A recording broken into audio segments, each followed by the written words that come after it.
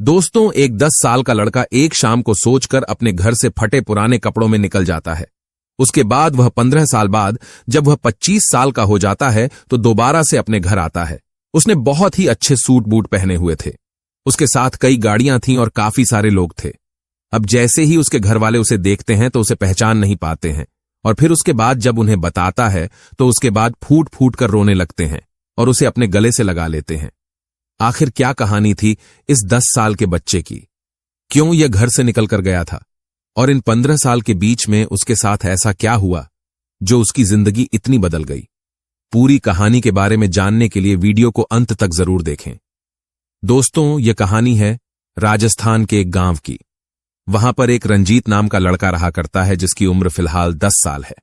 उसने अभी अभी अपने बचपन को छोड़ा है और धीरे धीरे बातों को समझने लगा है। अब से कुछ दिन पहले उसकी मां का किसी बीमारी का ऑपरेशन हुआ था, और उस ऑपरेशन को कराने के लिए उसके पिता ने गांव के ही एक साहूकार से कुछ पैसे उधार लिए थे, जिनको वह टाइम पर चुका नहीं पाए थे।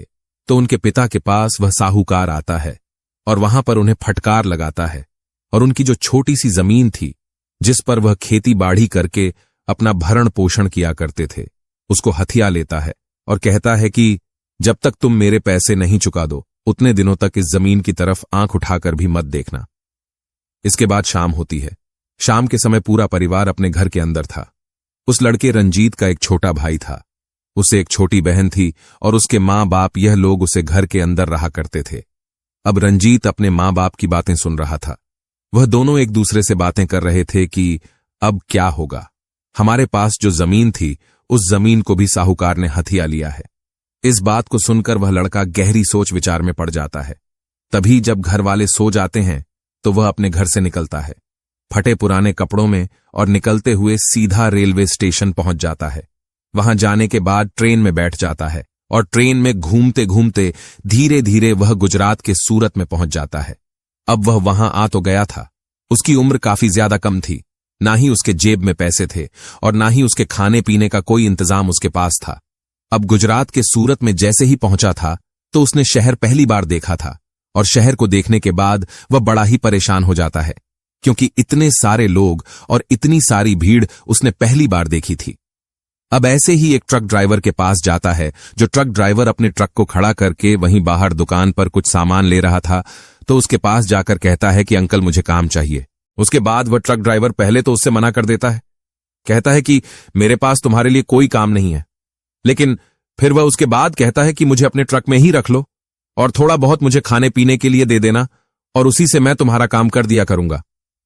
अब इस बात को सोचने के बाद जो ट्रक ड्राइवर उससे पूछता है कि तुम कहां से आए हो और कौन है तुम्हारे घर पर, उसके बाद वह बताता है कि मेरा इस दुनिया में कोई भी नहीं है, और मैं चाहता हूं कि अपने दम पर कुछ ना कुछ बना जाए और मेहनत करके अपने मुकाम को हासिल किया जाए। इसके बाद वह ट्रक ड्राइवर उसे अपने साथ रखने के लिए राजी हो जाता है। वह ट्रक ड्राइवर के साथ हेल्पर बनकर उस ट्रक में ही इधर से उधर जाया करता। धीरे धीरे वह उस ट्रक को चलाना भी सीखता है, लेकिन अभी उसकी उम्र थोड़ी थी तो ट्रक ड्राइवर ज्यादा ट्रक चलाने के लिए उसे नहीं देता है। उसको इन्हीं कामों में लगाया करता कि कहीं से कोई सामान लाना है, ट्रक को देखना कि कोई दिक्कत तो नहीं है, कोई टायर पंचर तो नहीं है। इसी तरह से वह उसको ट्रक पर रखता है। धीरे धीरे समय बीतता है, और समय के साथ साथ ही ट्रक पर रहते हुए वह लड़का 16 साल का हो गया था। जब वह 16 साल का हो गया था तो अब वह धीरे धीरे ट्रक को चलाना भी सीख रहा था, और साथ में उस ट्रक पर हेल्पर भी किया करता। लेकिन वह कहते हैं ना कि भगवान को कुछ और ही मंजूर था। ऐसा ही इस लड़के के साथ होता है। तभी एक दिन अचानक से ट्रक का एक्सीडेंट हो जाता है। एक्सीडेंट होने के कारण ट्रक ड्राइवर और वह लड़का दोनों बहुत ही बुरी तरह से घायल हो जाते हैं। अब यह बात जैसे ही ट्रक मालिक को पता चलती है तो उसके बाद ट्रक मालिक उन दोनों का अच्छी तरह से इलाज कराता है, और इलाज के दौरान वह लड़का जल्द से स्वस्थ हो जाता है, क्योंकि उस लड़के को कम चोट आई थी और ड्राइवर को ज्यादा चोट आई थी। अब लड़का ड्राइवर के पास रहा करता और उसकी देखभाल अच्छी तरह से कर रहा था। इसीलिए वह ड्राइवर एक दिन उससे कहता है कि अगर तुझे अपना अच्छी तरह से काम सीखना है तो तू ऐसा कर, हमारे मालिक से बात कर। उनके पास और भी कई ट्रक है, और उनमें से और किसी ट्रक पर जाकर तू अच्छी तरह से काम सीख सकता है। उसके बाद वह ट्रक मालिक से बात करता है और उनसे कहता है कि मुझे किसी ट्रक पर भेज दीजिए, मुझे काम सिखाना है और अच्छे से अपने जीवन को व्यतीत करना है। उसके बाद मालिक उसे एक ट्रक पर भेज देता है, क्योंकि उस मालिक के कई ट्रक चला करते थे, और उन्हीं में से एक ट्रक पर वह उस लड़के को भेज देता है। धीरे धीरे समय बीतता है और समय बीतने के साथ साथ वह अच्छी तरह से ट्रक को चलाना सीख जाता है। उसकी उम्र 18 साल हो गई थी और 18 साल की उम्र में उसने अपना लाइसेंस बनवा लिया था और अच्छी तरह से ट्रक को चलाया करता था। अब 18 साल का हो गया था तो अब इसके बाद वह ड्राइवरी किया करता है। अच्छे खासे उसे पैसे मिला करते और ऐसे ही कुछ दिन और बीत जाते हैं। अब जैसे ही कुछ दिन होते हैं तो वह सोचता है कि क्यों ना मैं ऐसा करूं, कुछ पैसे जमा करूं और जमा करने के बाद एक अपना ही ट्रक खरीद लूं।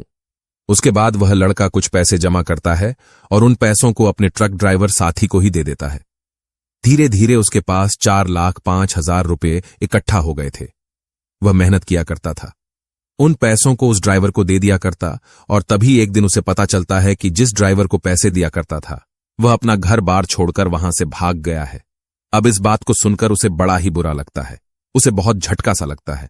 अब वह सोचता है कि इस तरह से तो पैसे नहीं बचेंगे। अगर मैं फिर से किसी को दूंगा और वह भी लेकर भाग गया तो मैं कैसे अपने घर वालों की मदद कर पाऊंगा। इस बात को सोचकर वह एक बैंक के अंदर अपना अकाउंट खुलवा लेता है और इस बार वह अपने पैसों को उसी बैंक के अंदर जमा कर दिया करता है। धीरे धीरे समय बीतता है। अब उसके पास इतने पैसे हो गए थे कि वह एक ट्रक खरीद सके। उसके बाद वह एक लोन पर एक ट्रक निकलवा लेता है, डाउन पेमेंट भर देता है और डाउन पेमेंट भरने के बाद उसके पास एक ट्रक था जो उसका खुद का था और इसको देखकर वह बड़ा ही खुश होता है। कई बार अपने घरवालों के बारे में सोचा करता और कई बार उस ट्रक को देखा करता। इसी तरह से वह उस ट्रक को भी बड़ी मेहनत और ईमानदारी के साथ चलाता है। धीरे धीरे समय बीतता है और समय के साथ साथ धीरे धीरे उसका ट्रक भी क्लियर हो जाता है। अब ऐसे ही दोस्तों, एक दिन रणजीत अपने ट्रक को लेकर अपने हेल्पर के साथ कहीं का माल लेकर कहीं पर जा रहा था तो रात के तकरीबन 3:30 बजे हुए थे और 3:30 बजे उसे रोड पर एक गाड़ी का एक्सीडेंट हुआ दिखाई देता है। बड़ी कार थी और बड़ी कार के अंदर जैसे ही उतरकर वह देखता है तो एक महिला बेहोशी की हालत में पड़ी हुई थी। गाड़ी की टक्कर इतनी तेज हुई थी कि उसके अंदर जो भी एयरबैग थे वह सभी खुल गए थे।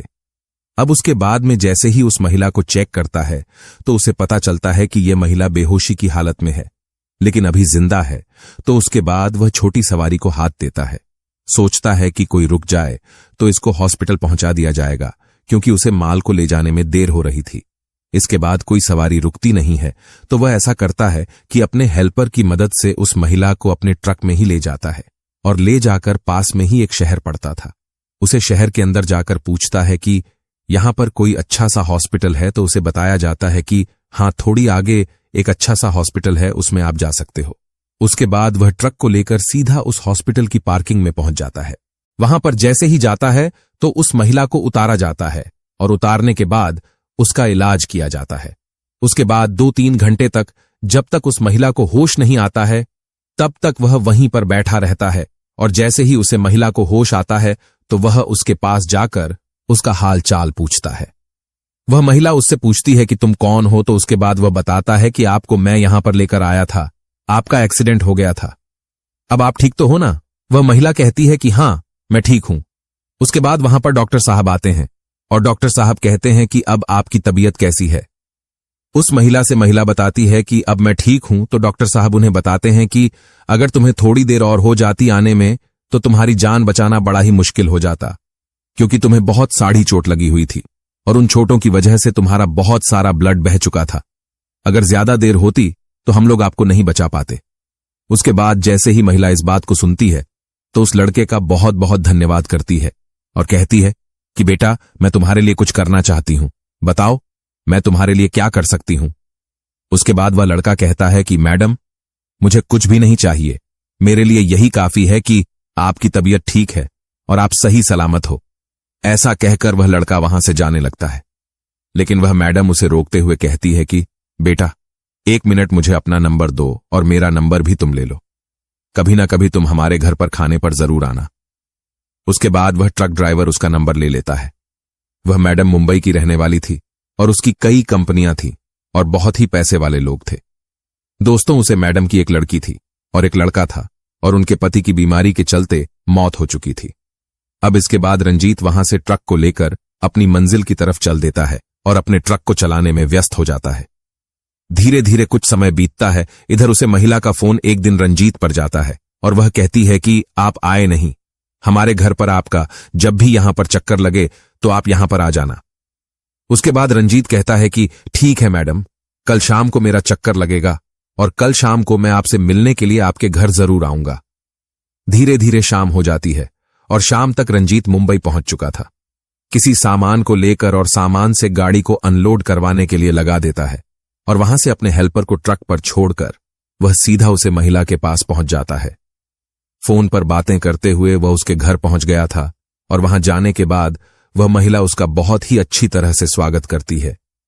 इधर उसके जो बच्चे थे वह उसका बहुत बहुत धन्यवाद करते हैं, कहते हैं कि आपकी वजह से आज हमारी मां हमारे बीच में जिंदा है और आपका हम किस तरह से शुक्रिया अदा कर सकते हैं। उसके बाद रंजीत उनसे कहता है कि ऐसी कोई बात नहीं है, यह तो इंसानियत का फर्ज बनता है। मुझे लगा कि इनको मदद की जरूरत है तो मैंने मदद कर दी, इसमें मैंने भला कौन सा बड़ा काम किया है। उसके बाद वह उसको बिठाते हैं, अच्छी तरह से खाना खिलाते हैं और उसके साथ बातें करते हैं। अब महिला उससे बड़ी अच्छी तरह से बात कर रही थी तो वह रंजीत से पूछती है कि तुम कहां के रहने वाले हो और किस वजह से तुम्हें ट्रक चलाना पड़ रहा है।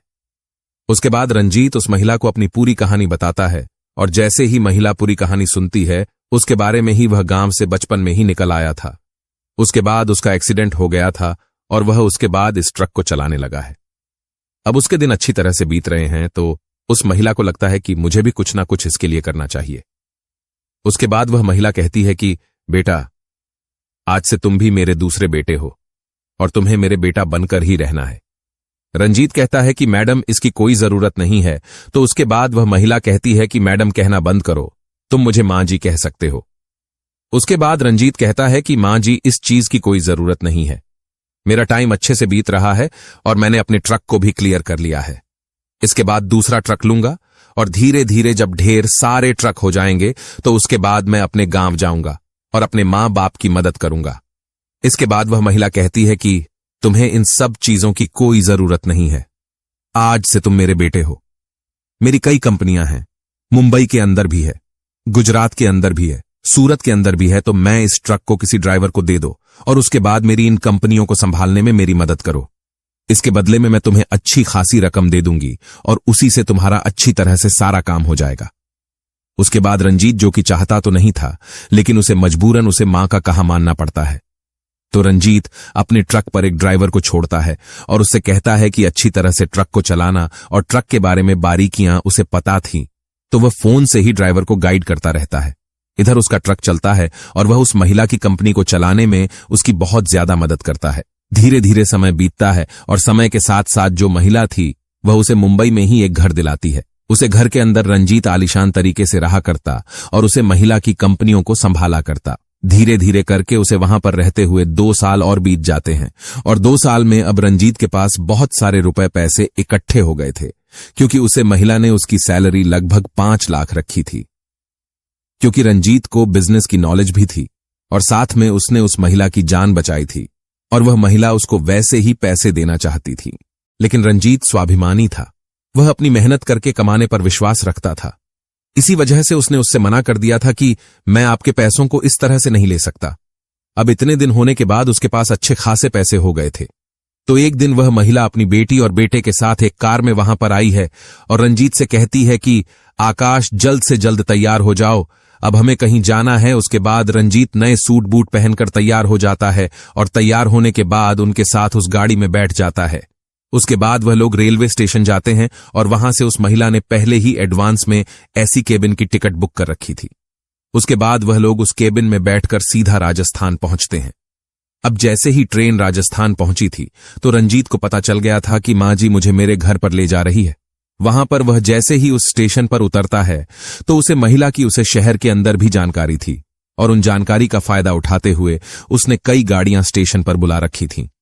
अब उसके बाद रंजीत ने सूट बूट पहन रखे हैं, वह उन गाड़ियों के अंदर बैठता है। इधर वह महिला भी बैठी है और उसके बेटी बेटा भी उसके साथ थे। उसके बाद में रंजीत से उसके गांव का नाम पूछते हैं और रास्ता पूछते हुए सीधा उसके घर पर पहुंच जाते हैं। अब एक साथ 6-7 गाड़ियां एक गांव के अंदर आती हैं और उनमें से सूट बूट पहने हुए कई लोग उतरते हैं। कुछ बाउंसर थे और इस तरह का माहौल था कि देखने वाला समझे कि कितना अमीर व्यक्ति इस गांव के अंदर आ गया है। उसके बाद रंजीत उस गाड़ी से निकलता है और इस नज़ारे को देखकर उसके घर से भी उसके मम्मी पापा और उसके छोटे भाई बहन भी बाहर निकलकर खड़ा हो गए थे।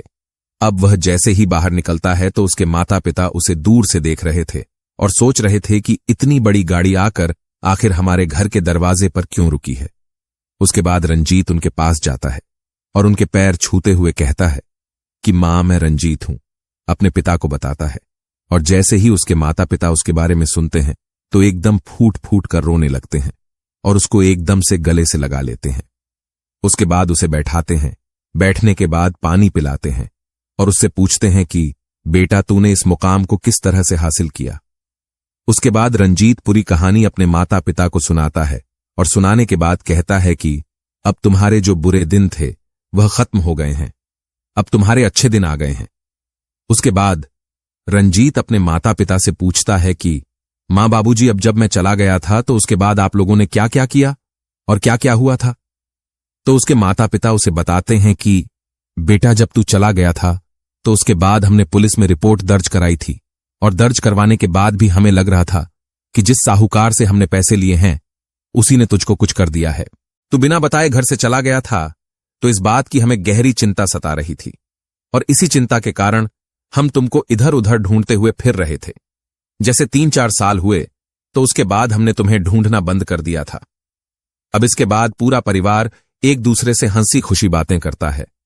इधर रंजीत था, वह मां जी को उसके घर भेज देता है। कहता है कि मां जी, आपका बहुत बहुत धन्यवाद जो आपने मुझे इतनी बड़ी खुशी दी। उसके बाद रंजीत उन पैसों से अपनी जमीन को छुड़वा आता है और साहूकार से और अपने घर को अच्छी तरह से साज संवार कर एक बड़े मकान में बदल देता है। जब बड़ा मकान हो गया था तो उसके बाद पूरे गांव में उसी की चर्चा हुआ करती। लोग कहा करते कि वह लड़का जिसको मरा हुआ समझ लिया था वह दोबारा से वापस आ गया और करोड़पति बनकर वापस लौटा है। इसके बाद वह अपने माता पिता को भी लेकर मुंबई रहने लगा है और अब धीरे धीरे वहीं पर वह लोग प्यार से अपनी जिंदगी को बीता रहे हैं। रंजीत की शादी भी हो गई है और उसकी पत्नी भी बड़ी अच्छी है। वह उसके माता पिता की देखभाल किया करती और रंजीत अपने ट्रक को भी संभाल करता। इधर उस महिला की कंपनियों को भी संभाला करता है। तो दोस्तों, यह थी कहानी एक ऐसे लड़के की जो 10 साल की उम्र में घर को